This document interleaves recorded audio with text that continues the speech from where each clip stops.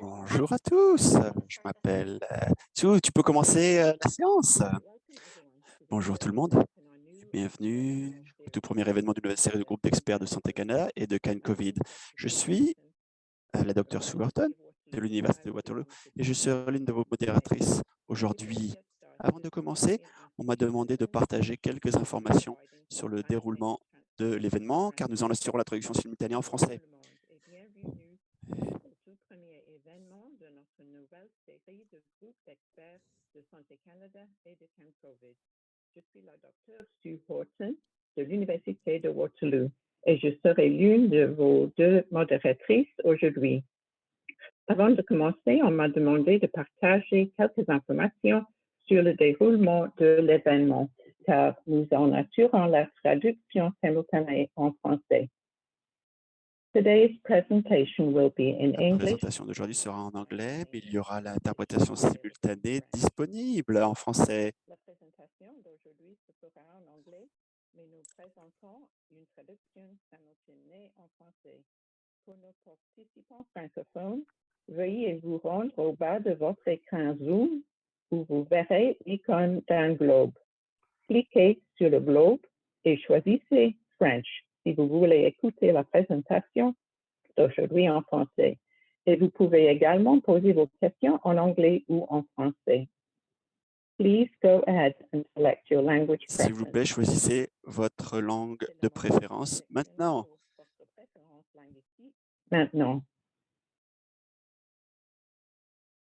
As you are aware, we are fortunate to have Comme vous le savez, nous avons des participants qui viennent de partout aujourd'hui, de partout dans le monde, et je suis dans les Caraïbes, et il y a un grand tonnerre. Malheureusement, je n'ai pas de courant, c'est pour ça que vous ne pouvez pas me voir, j'utilise le cellulaire.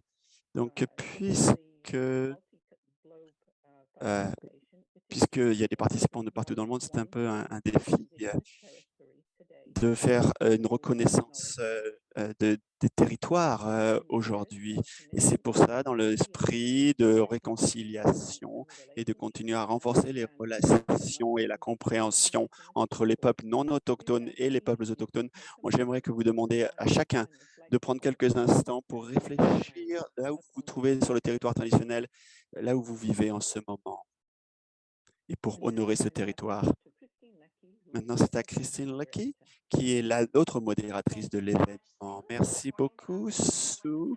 Et bonjour, bon après-midi à tous, dépendamment de où vous êtes. Je m'appelle Christine Lucky et c'est moi qui est la directrice avec le directorat du DIM, d'instruments médicaux, et je suis dans les validations scientifiques des tests de COVID-19 et autorisé au Canada les tels instruments. Comme Sue l'a dit, nous voulons rapidement vous donner un survol de la structure de la séance aujourd'hui, présenter les thèmes que nous avons demandé aux panélistes, aux experts de traiter et vous parler des attentes. Nous voulions donner un bref aperçu de la structure de la séance aujourd'hui, présenter les thèmes que nous avons demandé à notre panéliste d'aborder et enfin donner le ton et les attentes.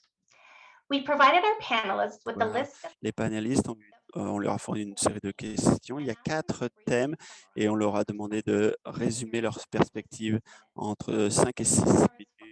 Les thèmes sont les suivants: les leçons apprises, les stratégies de test rapide COVID-19, la collecte des données, comment mieux aider le développement et l'innovation des diagnostics COVID-19 et des technologies reliées et les meilleures pratiques pour une communication effective et les messages efficaces. Après que les experts ont donné leur perspective, après on commencera la portion des questions dans cette séance et vous aurez la chance de poser ainsi des questions. Pour gagner du temps, certaines de ces questions seront combinées ou résumées. Ce que je vais faire, c'est moi qui vais sélectionner la question et je vais les mettre dans le clavardage afin que vous puissiez bien les voir. Maintenant, et pour vous y référer, je voulais aussi maintenant commencer par vous présenter notre groupe formidable. Mais avant de faire cela, je voulais simplement prendre un instant pour dire ce qu'est cette séance et ce qu'elle n'est pas. Tout d'abord, cette séance est un espace sécuritaire pour entendre les perspectives d'experts reconnus dans leur champ d'expertise en lien avec le COVID-19 et les leçons apprises jusqu'à présent et les preuves disponibles et les considérations futures en lien avec les tests rapides et le dépistage. C'est une façon utile pour vous aussi de passer du bon temps ensemble et d'écouter aussi, de partager, de réfléchir et d'apprendre les uns des autres dans un esprit de coopération et d'amélioration continue sur un niveau mondial. Ce n'est pas un débat ici. Ce n'est pas non plus un endroit pour faire des recommandations sur les politiques. Donc, sans transition, je voudrais tout d'abord commencer par vous présenter les experts prestigieux qui sont avec nous. Dr. Mark Perkins, qui est en médecine, de maladies infectieuses et travaille depuis les 30 dernières années sur le diagnostic, le test de diagnostic dans les endroits soumis par la pauvreté, les risques infectieux. Donc, il a été le directeur associé, il travaille pour l'OMS, pour le programme d'urgence sanitaire comme chef des laboratoires. Nous avons aussi, content aussi de trouver Michael Mina avec nous, qui est le scientifique en chef de IMED avant IMED. Le docteur Mina était un professeur d'épidémiologie, d'immunologie et de maladies infectieuses à le Harvard T.H. School of Public Health, l'école de santé publique, un professeur aussi dans le département de pathologie à Harvard Medical School et bien sûr un professeur associé de virologie moléculaire à cet hôpital. Nous avons aussi Lisa Barrett, qui est une professeure aussi dans la division des maladies infectieuses, le département de médecine, département de microbiologie et d'immunologie, et aussi le département de pathologie à Dalhousie. Elle travaille en ce moment comme enquêtrice chercheur principal pour les réponses immunologiques sur les maladies cliniques et pour les infections virales continues.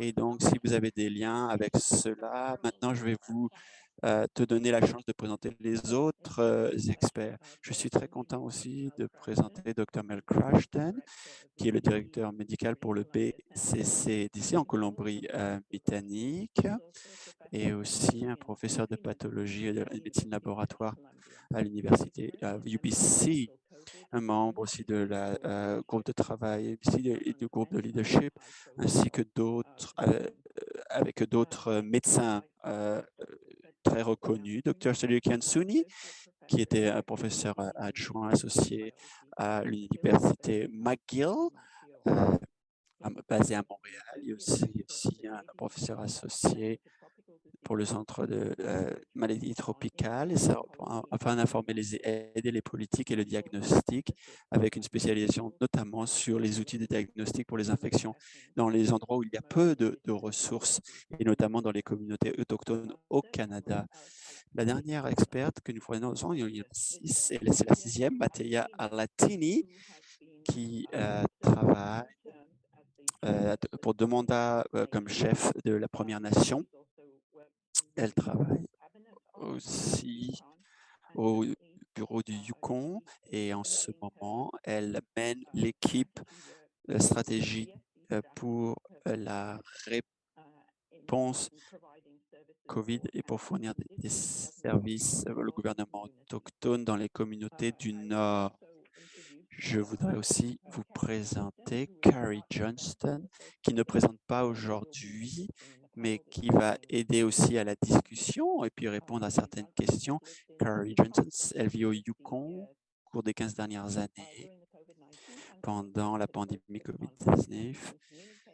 Elle est partie du groupe de communication, de recherche et de production de capacité de logistique. Elle travaille pour le Yukon First Nation COVID Response comme un chef de la communication de mobilisation pour la Première Nation et comme coordinateur de la Nation Champagne. Et voilà, je pense que c'est tout pour les présentations. J'aimerais tout d'abord que le monsieur fasse ses remarques tout d'abord. Monsieur Mark Perkins.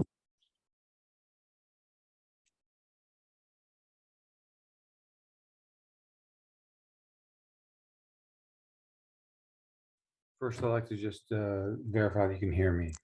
Je voulais juste vérifier que vous puissiez m'entendre. Super. Thank you very much. Merci beaucoup. Je suis content de discuter à cet auditoire très éduqué sur un sujet qui est très important pour beaucoup d'entre nous. Je sais que vous avez de telles conversations et des présentations similaires. Donc, en commençant cette discussion, je ne vais pas revenir sur l'épidémiologie de la COVID au cours des 2 dernières années, les différentes phases de génétique et la présence et des virus et la propagation, aussi l'aspect géographique et la gestion. J'aimerais simplement dire que SARS-CoV-19, la propagation, l'éclosion, c'est lié sur le succès et les échecs aussi de certaines stratégies de réponse pour les pathogènes. Nous avons vraiment communiqué sur l'aspect de préparation. Et là, quand il y a une nouvelle éclosion, on se trouve dans des situations où on est peu préparé, finalement terriblement peu préparé.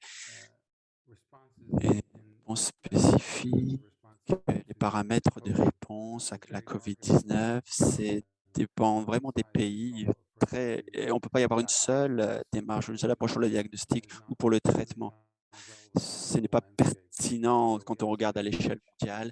Donc, il se trouve dans une situation où le diagnostic, finalement, est assez simple. Le traitement est très complexe et les budgets pour les systèmes de santé sont très limités, finalement restreints. Donc, on a beaucoup de décisions à prendre avec peu d'argent.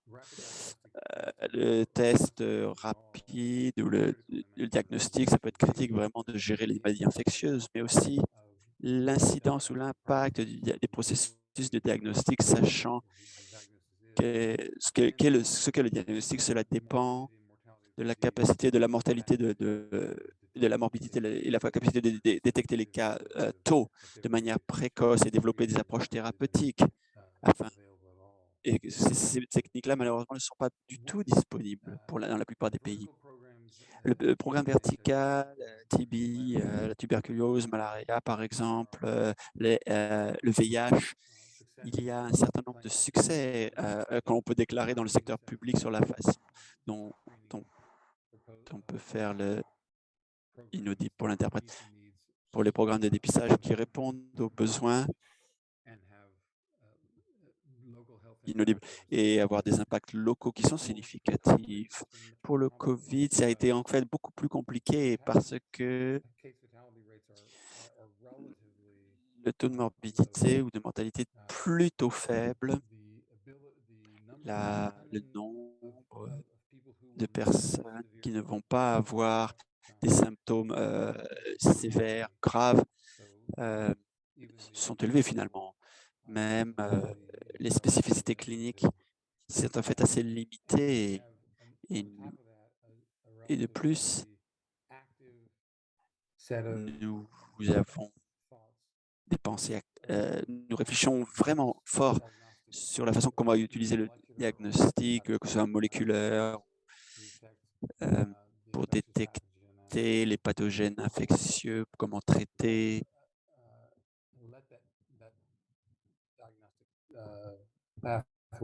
Ou avoir un cheminement du diagnostic pour diriger le mouvement des gens. Par exemple, dans les stades, dans les compétitions sportives, dans les avions ou d'autres endroits comme cela. Donc, I can't hear the speaker. Je ne peux pas l'entendre. Très bien, il y a beaucoup de bruit. Donc, c'est un pathogène à faible en général. Et si un membre de la famille qui a été diagnostiqué, inaudible, collectivement et individuellement. C'est très élevé, mais quand on compare cela à d'autres éclosions de pathogènes qui auraient pu circuler, c'est plutôt faible. Nous avons une opportunité vraiment à l'échelle mondiale d'avoir une discussion sur ce que nous faisons. Comment on aurait fait une réponse qui soit à faible beaucoup et pour répondre aux pays qui ne sont pas, qui sont en phase de développement et l'ajuster pour des pays qui sont par exemple dans les tropiques, les petites nations dans le Pacifique, par exemple, les petites îles du Pacifique, pour lesquelles, pour réduire les coûts de voyage, en raison de la COVID-19, de toute façon, c'est un événement qui va tout changer pour les gens là-bas. Et d'un autre côté, nous avons des pays qui ont beaucoup plus grandes, des exigences plus faibles. Donc, on a beaucoup de travail à faire et cela dépend de la population qui est impliquée. Ça va être intéressant.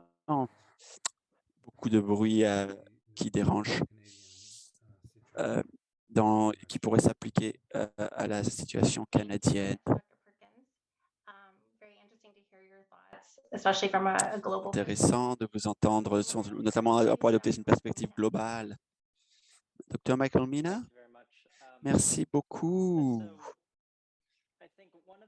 Donc, je pense que ce que nous avons vraiment appris, l'une des premières choses pendant la pandémie en relation avec les tests, c'est qu'on a une nouvelle chance finalement d'avoir une nouvelle démarche sur le diagnostic et comment on perçoit tout ce qui est en lien par rapport au PCR, les prises de sang et le test rapide. Quand la pandémie a frappé au début et même jusqu'à aujourd'hui, il y a eu vraiment une concentration forte sur la sensibilité très forte des tests. Ça a été la démarche choisie, par exemple aux États-Unis.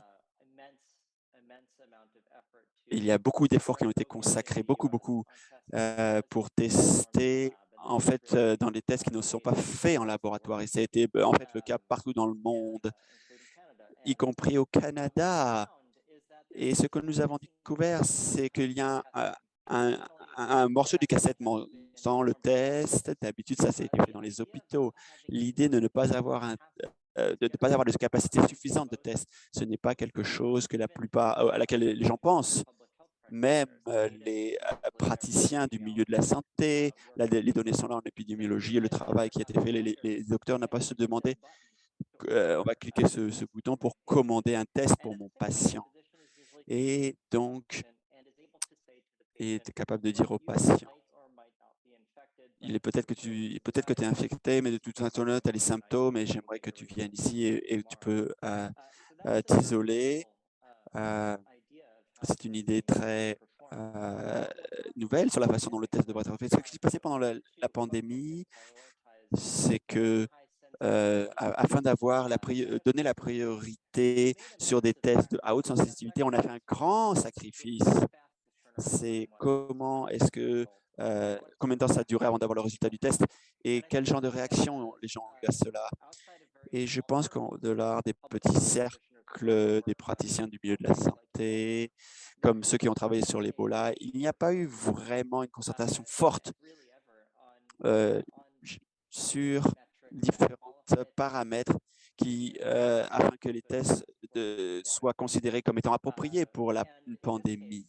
Et dans ce cas-ci, ce que nous avons montré dans nos articles scientifiques et ce qui maintenant est plutôt reconnu par la communauté, c'est que la vitesse, c'est essentiel. L'accès est essentiel. Aux États-Unis, nous avons la FDA qui, à certains moments de la pandémie, qui aurait préféré, en fait, ils l'ont fait, ils ont préféré des tests PCR qui ont pris 10 jours avant d'avoir un résultat, plutôt qu'un test rapide dont le résultat est atteint en 1 minute. Donc, je pense que maintenant, on sait que c'est ridicule. Donc, en 10 jours pour avoir un test, ça n'a aucun sens. Et même, on est d'accord. Et si on peut avoir 90% résultat en 20 minutes, alors ceci devient très, très important. C'est que la pandémie a montré, j'y pense beaucoup.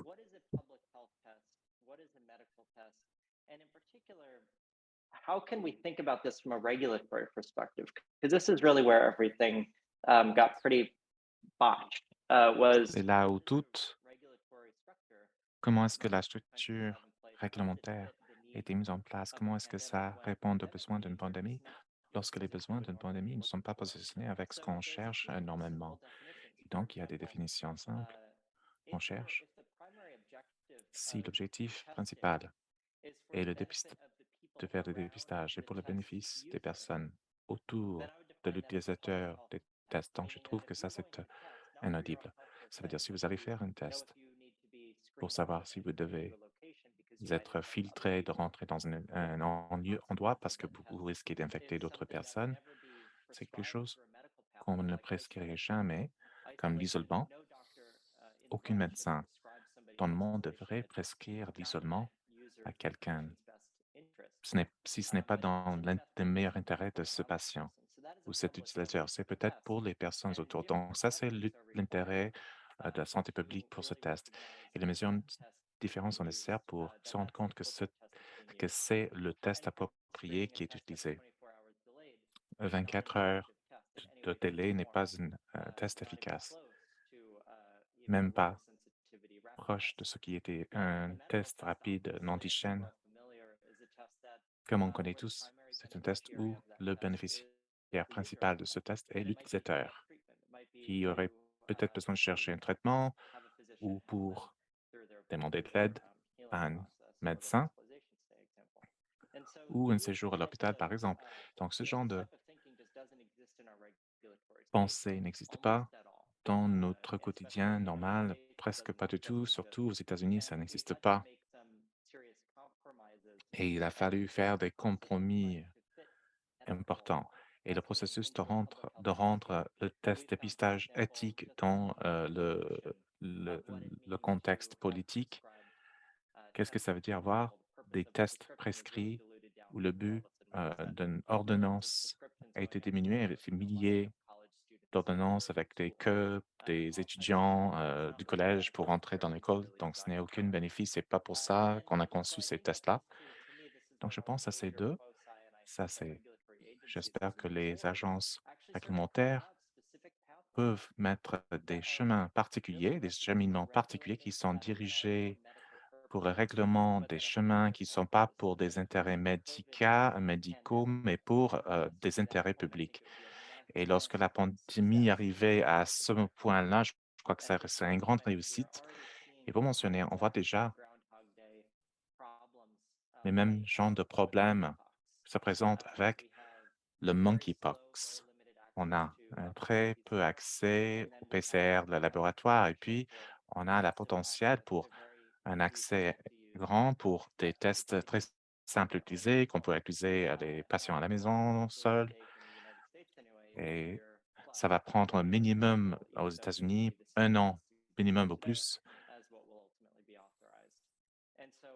Et donc, je crois qu'on a la possibilité de changer ce qui est écrit, mais il faut vraiment faire des efforts afin de faire des changements. Merci beaucoup pour partager vos opinions, le docteur. C'est apprécié. Je donne maintenant à Dr. Lisa Barrett. Bonjour, et Christine, je vais assurer que vous pouvez m'entendre si vous me dites oui avant de commencer. Oui, on peut vous entendre et vous voir très clairement. Excellent, c'est génial. Bonjour à tous et merci pour l'invitation d'être là parmi vous. Heureusement, après Dr. Mina, je vais bâtir sur certaines choses qu'il disait et fournir un peu de contexte autour des études cas, ce qui s'est produit à Nouvelle-Écosse. C'est là où moi je suis basé. Lorsqu'on rentre dans une discussion, il y a deux choses que j'aimerais souligner dans mes commentaires. Ça serait très spécifique. Un, la différence entre comment on pense sur le dépistage par rapport à la diagnostic dans une façon très traditionnelle, par rapport à l'engagement ou un outil de santé publique et d'intérêt public. Et numéro 2, de pouvoir avancer à partir de là où on est actuellement. Comme j'ai dit, je suis basé à Nouvelle-Écosse, en Nouvelle-Écosse, et lors de la pandémie, très tôt dans la pandémie, nous avons commencé à réfléchir sur l'utilisation des tests diagnostiques, comme on l'appelait, mais surtout les tests rapides, presque exclusivement les tests rapides d'antigènes, comme une façon, dans une province d'à peu près 1 million de personnes, là où on a des ressources de laboratoire limitées, comment est-ce qu'on pourrait atténuer l'impact de la propagation de l'infection de plus sur la politique de santé publique et la protection? Comment on pourrait limiter, atténuer la propagation du virus dans notre communauté?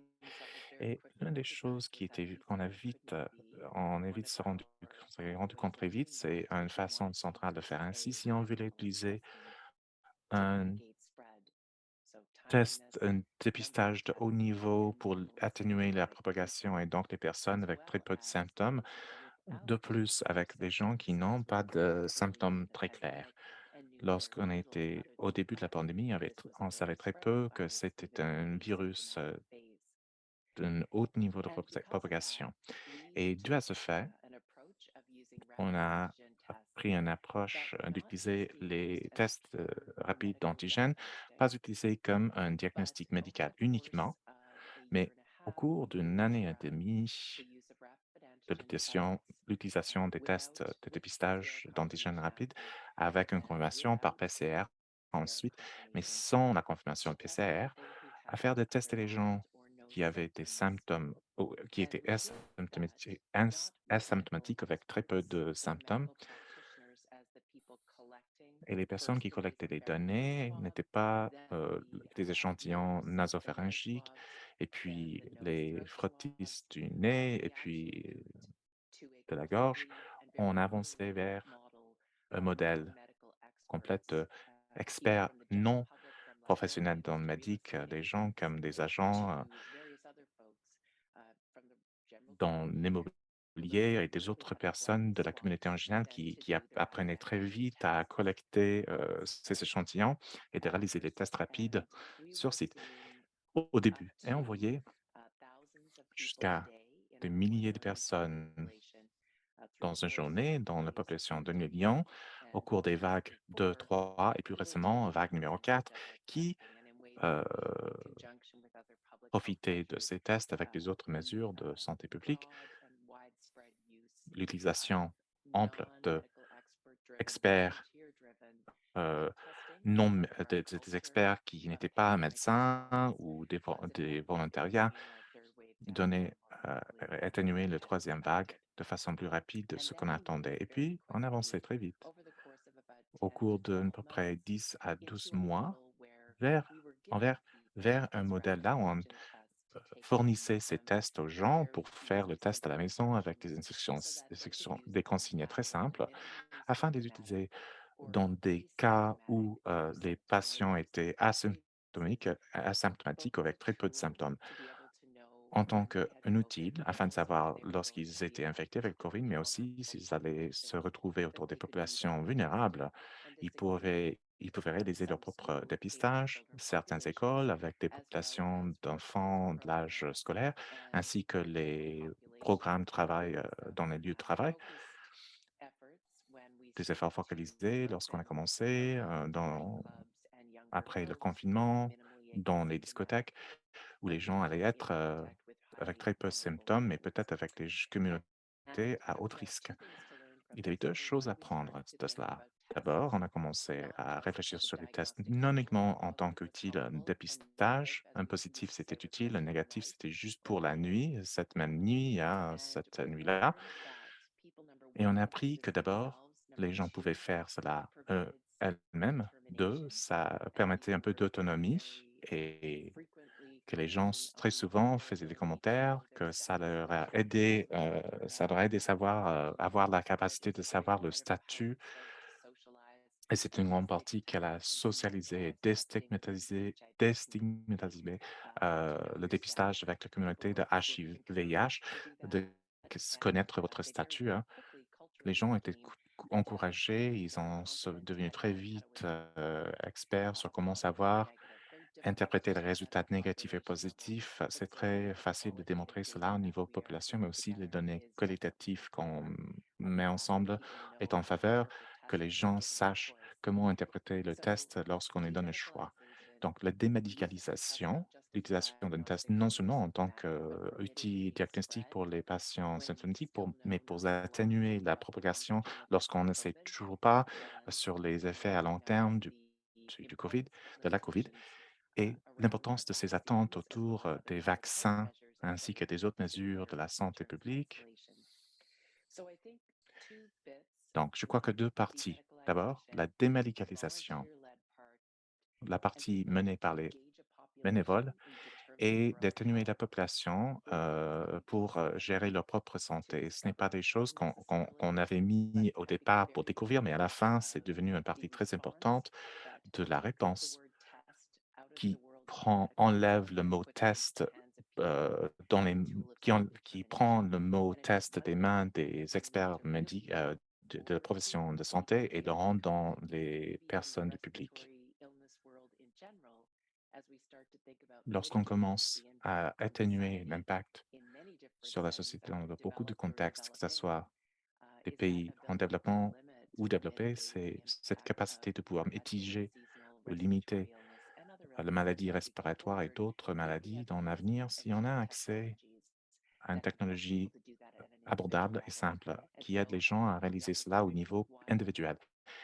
L'opportunité, un, et comme Dr. Mina avait mentionné, changer la façon dans laquelle on pense au dépistage d'un point de vue que uniquement dans un contexte médical à des fins diagnostiques, mais aussi dans les groupes de communautés développés, atténués, et avoir un impact sur les maladies dans leur communauté. Et deux, comment s'y faire, point de vue réglementaire, et est-ce qu'il y a un acheminement différent de conversations qu'il faudrait commencer à avoir entre la diagnostic pure et de ramener des choses plus au sein de la communauté? On a commencé avec les tests de dépistage d'être enceinte avec la communauté depuis des années, mais certainement une conversation qu'il faut avoir, à continuer à avoir et à grandir lorsqu'on a regardé l'impact pour les pandémies à venir, bâtir une réponse culturelle qui est basée sur les individuels pour avoir cette autonomie, les gens, mais aussi d'avoir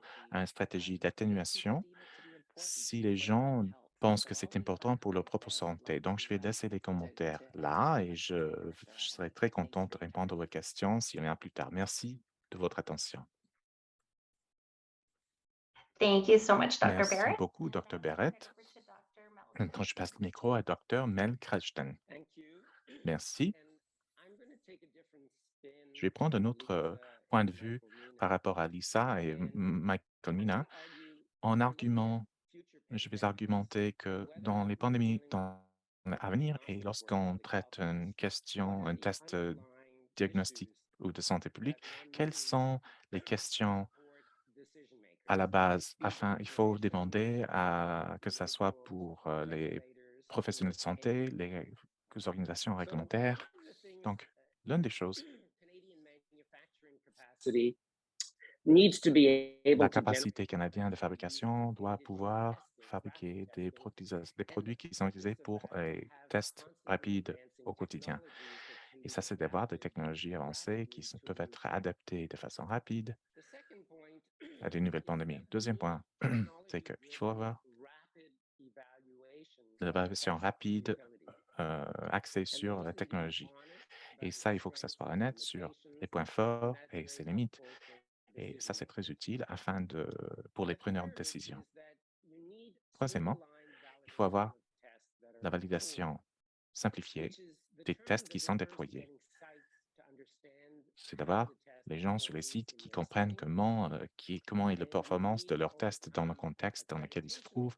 Il faut avoir aussi des requises d'agrément afin d'avoir une validation. Il faut que tout cela soit simplifié. Le quatrième article, c'est qu'il faut avoir de l'évaluation rapide axée sur la technologie, non seulement dans la performance du produit, mais aussi l'impact que ça va avoir sur la santé publique ou sur les résultats cliniques. Un test est uniquement aussi bien que sa capacité d'engager les gens dans des soins et des préventions appropriées. Un test devrait toujours inaudible ce qu'on va faire avec le résultat, que ce soit au niveau individuel ou au niveau de communauté. Ce qui a marché très tôt dans la pandémie, c'est peut-être pas ce qui est pertinent aujourd'hui et c'est très probable que cela ne soit pas pertinent aujourd'hui.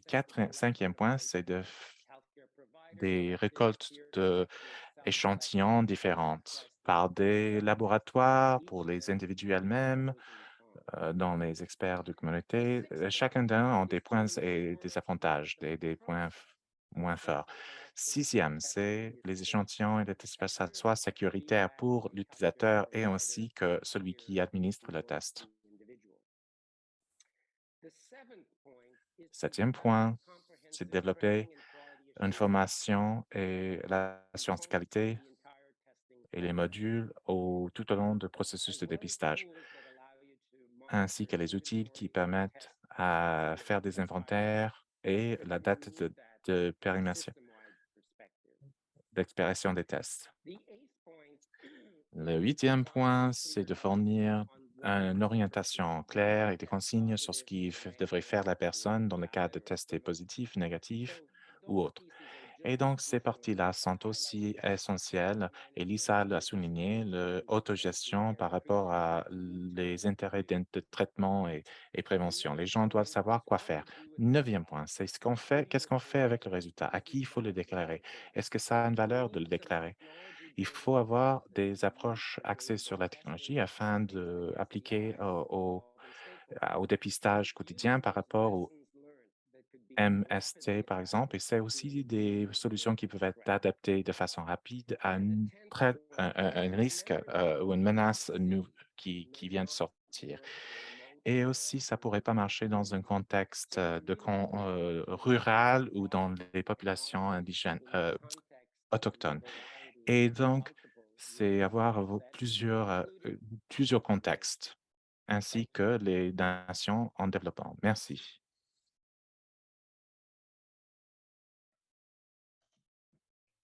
Thank you so much, Dr. Cutchin. Merci beaucoup, docteur. On va le passer maintenant à docteur Cedric. euh, Yansani.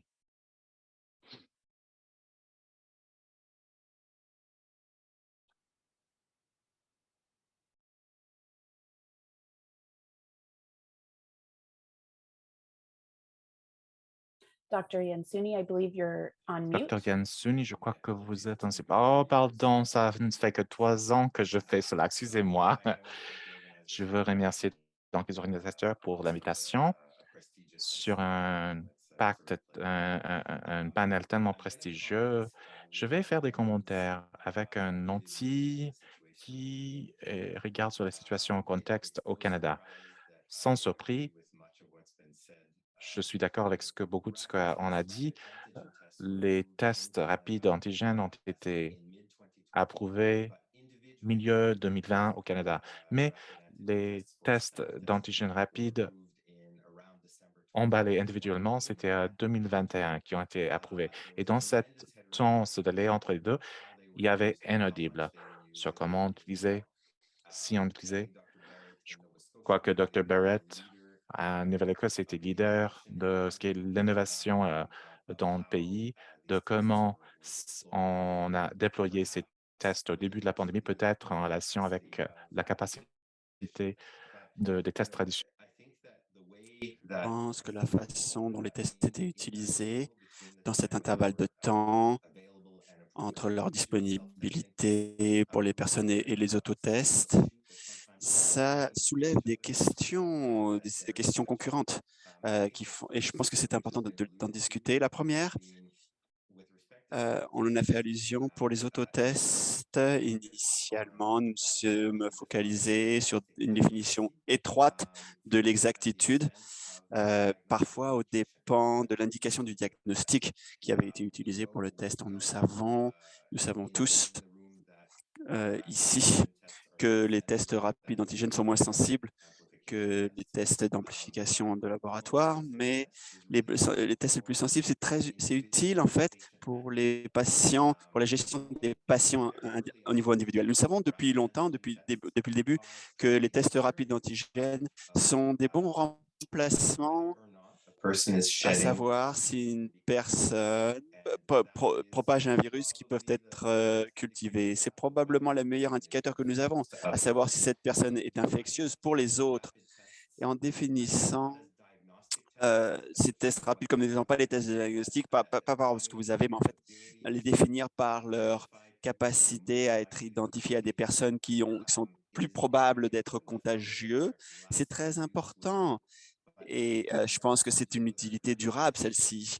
Comme ça a été mentionné, mais il n'y a pas eu une façon dédiée, si on veut, d'approuver ces tests-là au niveau réglementaire, non plus au niveau clinique et des lignes directrices. Donc, la leçon que moi, j'ai apprise, si on veut, c'est quand le directeur la direction des instruments médicaux a été vraiment à l'avant-plan de cette approbation des tests, mais je pense qu'on doit reconnaître que c'est un petit bureau, plutôt petit, qui a été renforcé pour le COVID ou relancé, mais c'est un bureau qui devra avoir les pouvoirs à l'avenir. On a besoin des ressources si vous voulez avoir des agences réglementaires qui soient innovantes et qui fournissent une évaluation en temps réel.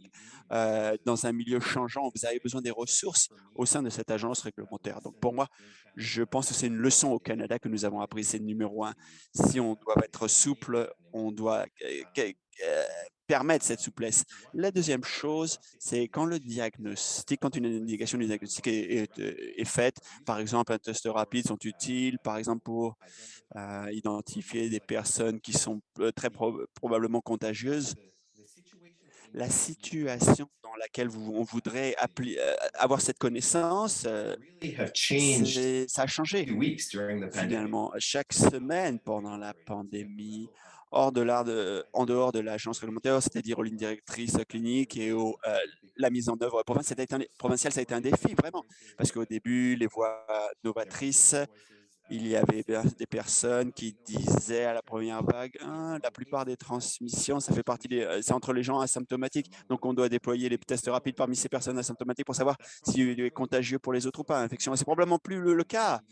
Maintenant, un exemple pertinent peut-être, c'est le test pour terminer la période d'isolement. Et il y a des gens qui ont publié des articles et des données à savoir si 5 jours c'est bon ou pas. Ce n'est pas bon, mais ce n'est pas une bonne durée. Mais utiliser un test rapide pour décider qu'on peut terminer l'isolement, c'est probablement une chose assez raisonnable. Ça a changé fréquemment.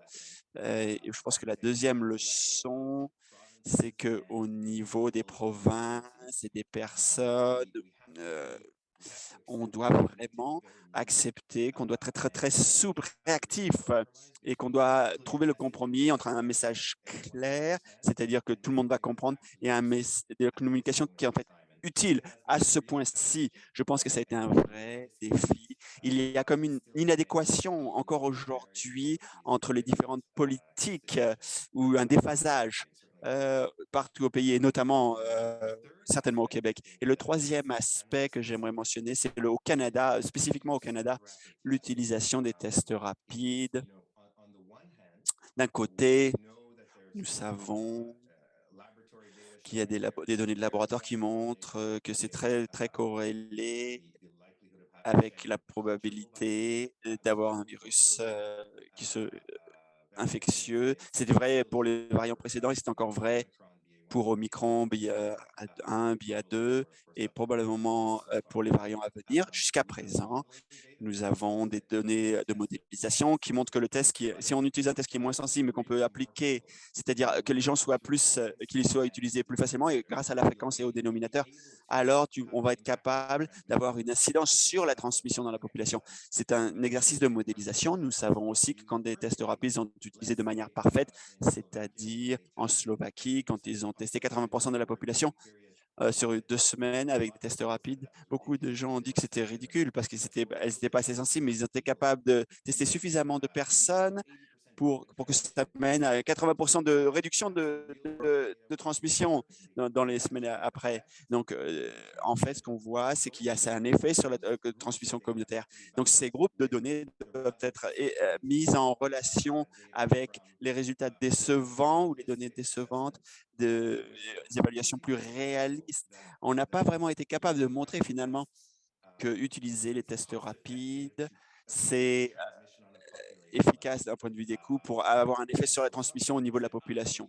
Et donc, ces personnes se disent, on ne peut pas montrer que c'est efficace pour limiter la transmission, et ils ont tiré la conclusion que c'était inutile. Le problème, en fait, qu'on a au Canada, et notamment dans un système de santé comme le nôtre, quand on décide de politique au niveau provincial, c'est les provinces qui sont en charge du système de santé, cet aspect sur les coûts et cette efficacité pour la population, c'est le paramètre qui est utilisé pour savoir si on va accepter ou mettre en œuvre les tests de diagnostic pour cette indication, parce qu'on voit que si on ne peut pas montrer cet rapport, si on veut qualité-prix, c'est un problème, parce que comme Dr. Barry l'a très bien dit, très bien décrit, il y a toute une palette d'efficacité de la population, et au niveau des familles ou communautaires ou même au niveau individuel, l'autodétermination des décisions qui sont prises, qui sont valables, même si elles n'atteignent pas un marqueur de ce qu'on a appelé l'efficacité sur les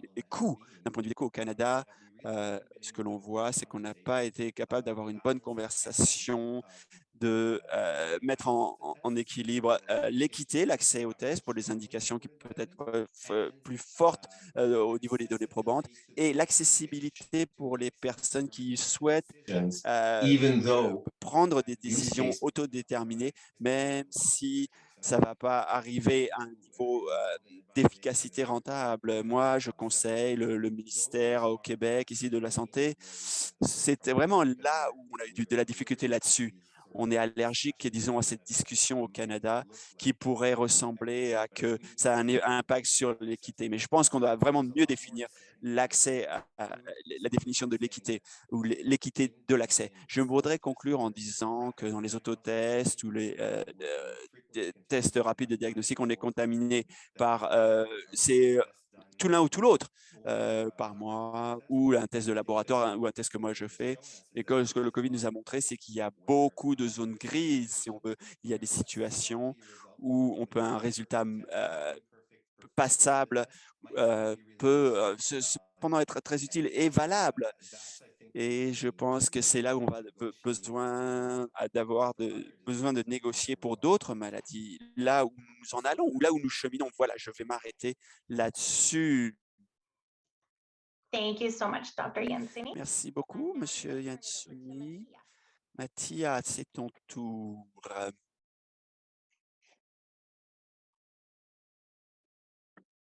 Hi, my name is Mithia Bonjour, je Alati. m'appelle Mathias Latini et je suis coordinateur COVID. Je vais le premier en naissance de Kluane au Yukon, et je suis dans le territoire traditionnel des Kwananda et des Talahak qui sont ici à Whitehorse au Yukon depuis la mi-mars 2020. Je travaille avec 14 Premières Nations du Yukon et avec les nations avoisinantes en Colombie-Britannique du Nord et le territoire du Nord-Ouest sur une réponse coordonnée. Et c'est un honneur d'être ici. Michael Mina, peut-être tu peux me suivre sur Twitter.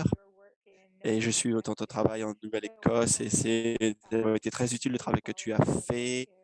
Et on suit la situation, les Premières Nations, les autorités des Premières Nations, et notamment BC Central Control. Donc, je suis très honoré d'être dans ce groupe d'experts en tant que Première Nation de Yukon. Et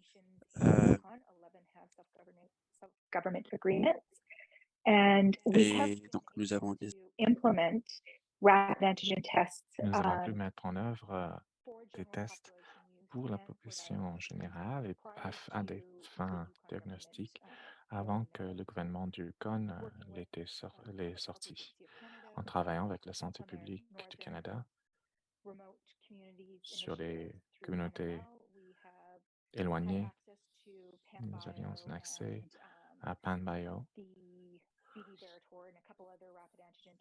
et les autres tests d'antigènes rapides en octobre 2021. Si vous pensez à la communauté des Premières Nations, on a des foyers multigénérationnels. C'est basé sur la communauté, c'est-à-dire que nos communautés sont petites et tout le monde a des parentés. Il y a beaucoup d'occasions d'avoir la transmission au sein de la communauté. Donc, de voir l'utilisation des tests d'antigènes rapides, c'était, comment on pourrait utiliser, c'était très utile. On était vite adopté la méthodologie de dépistage, ce qui a été lancé en Nouvelle-Écosse. Donc, merci à vous pour développer cela. On a trouvé que l'obstacle le plus grand, c'était la relation au niveau des provinces entre le Canada et le territoire, et cette idée que le territoire, la santé du territoire, c'est mieux par rapport aux individus au sein de la communauté. Donc, je suis un très grand pour le plaidoyer des prises de décision autonomes pour les communautés autochtones afin qu'elles aient accès aux tests diagnostiques, que ce soit par antigènes rapides ou que ce soit les gouttes de sang ou pour les MST. Nous savons que nos communautés autochtones sont affectées de façon disproportionnée par chaque pandémie qui s'annonce.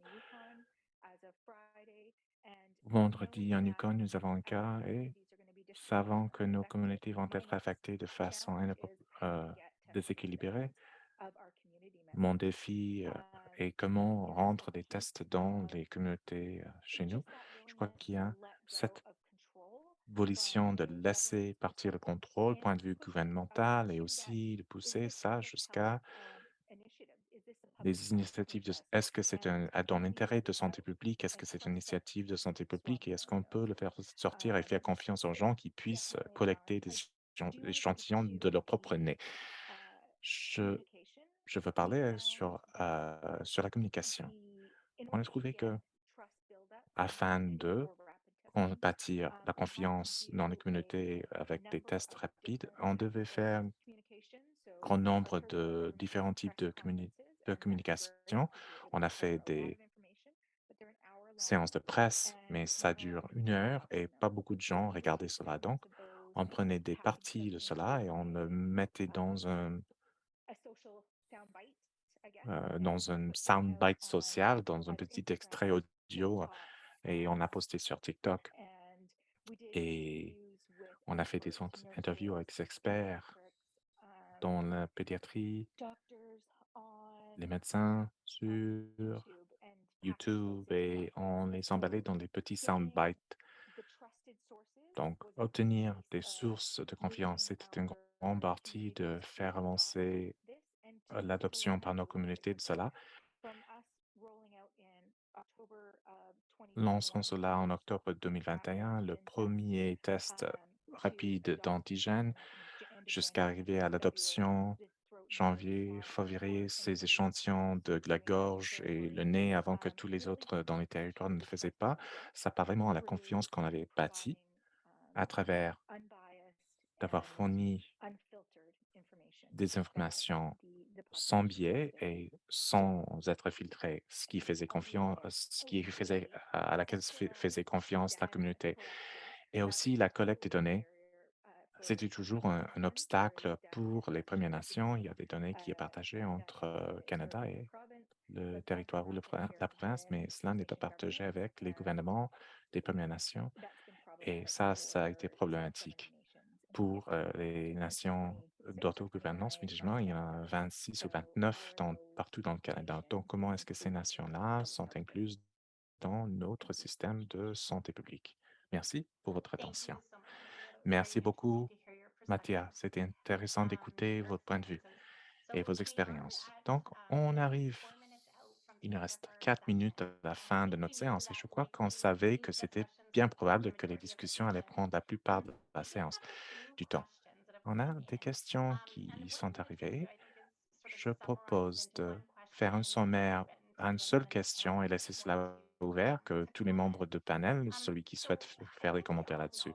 On peut reconnaître tout, je crois qu'on a un toolbox, un boîte à outils de dépistage pour le COVID maintenant, mais il y avait un nombre de questions sur les lacunes, peut-être que ce soit par la salive ou une petite technologie qui pourrait détecter le COVID dans l'air, les choses comme ça. Donc, on va ouvrir cela aux panélistes afin d'obtenir ce qu'ils pensent, en sachant que ce n'est pas une approche à taille unique.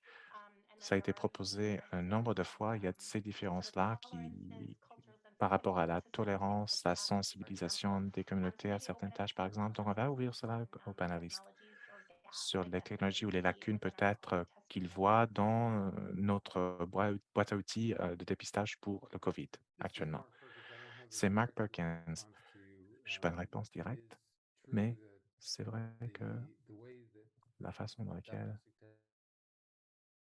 le dépistage diagnostique est variable et sans doute les méthodologies d'introduction et d'utilisation des données qui a été récupéré dans le dépistage, tout cela est très important. Il y a une variation entre les villes et je dirais aussi, moi, par province et aussi au niveau du pays. Donc, là, il n'y a pas de désaccord, mais je dirais une variabilité dans l'implémentation. L'utilisation des tests rapides et la validité et l'utilité du test rapide dépend en spécifique sur ce que vous souhaitez faire. La plupart des tests rapides, même qui détectent un seuil élevé de inaudible, il y a du bruit, Viral copies per mil. That's enough in a setting where c'est suffisant dans un contexte là où il y a une transition. Et ce qui est difficile pour les communautés, c'est de trouver la solution. Comment on peut faire avancer notre engagement s'il y a selon besoin pour la détection des individus qui sont sont un risque de transmission élevé, qui ont un test rapide à un autre contexte, là où, dans une phase de l'épidémie où inaudible, on n'est pas sûr comment s'en servir des données qu'on utilisait. Il y a du bruit, on ne peut pas entendre. Merci beaucoup, docteur. Et donnez le temps. On va conclure, malheureusement. Donc, Sue, est-ce que vous pourriez donner des commentaires de fermeture? D'accord, je crois que peut-être elle a des soucis techniques. Donc, moi, je vais dire, de la part de CanCovid et Santé Canada, souhaite remercier tous les panélistes qui sont venus aujourd'hui pour partager leur point de vue. Et moi, je vous remercie de prendre le temps aussi de vos agendas chargés de nous joindre aujourd'hui. On a une séance ensuite qui va être privée et ça va être restricté à la santé publique ainsi que des partenaires privés. Ça va pouvoir bâtir sur la séance avec des questions supplémentaires à poser à nos intervenants. Si vous avez perdu une partie de la présentation, vous pouvez regarder le site web de CanCovid et on va poster les enregistrements au début de la semaine prochaine. Pour ceux qui ont accepté de faire partie de la séance privée qui commence maintenant, nous voulons juste indiquer que vous auriez dû recevoir un courriel électronique avec le lien Zoom d'invitation afin de vous joindre quand la séance actuelle va prendre fin. Merci encore une fois à tous les panélistes et à vous. Merci et prenez soin de vous. Au revoir.